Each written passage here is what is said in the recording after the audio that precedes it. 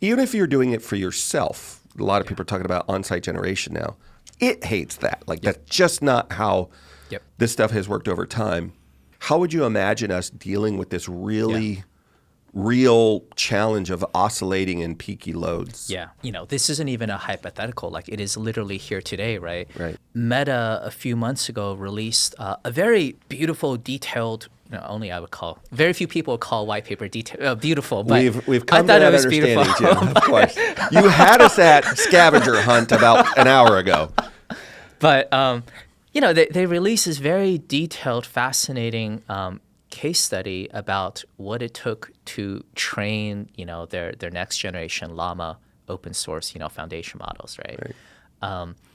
And like literally, it was training like a 50 megawatt cluster of like H100s, right? And 200. H100s are GPU chips. GPU chips, right? And there was a specific section that diverged away from like the AI portion, right, into like what actually had to happen from a data center operations perspective to support training these next generation models, right? And they talked about how like the load would swing, over 10 megawatts a minute, right? Which is insane. Like in the world that we come from, like a 10 megawatt swing in 1 minute is just bonkers. Yeah.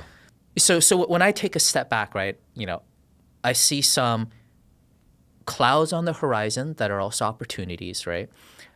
If we embrace technologies, right, to adapt with them.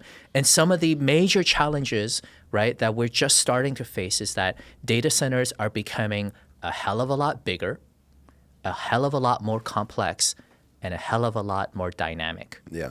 Right. And that is going to make us feel super, super uncomfortable. Because to your point, when I joined the industry in 2010, like we could count on these Intel Xeon CPUs year after year consuming 100 to 120 watts per chip if we're really pushing it, right?